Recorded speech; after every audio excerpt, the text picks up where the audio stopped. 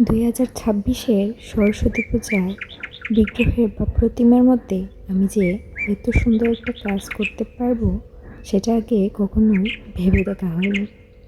এবারে আমাদের এলাকার মূর্তিটির নিচে যে পৃথিবীটা ছিল সেই পৃথিবী আর্টটা আমি করেছি, সেইটাই আপনাদের সাথে শেয়ার করছি।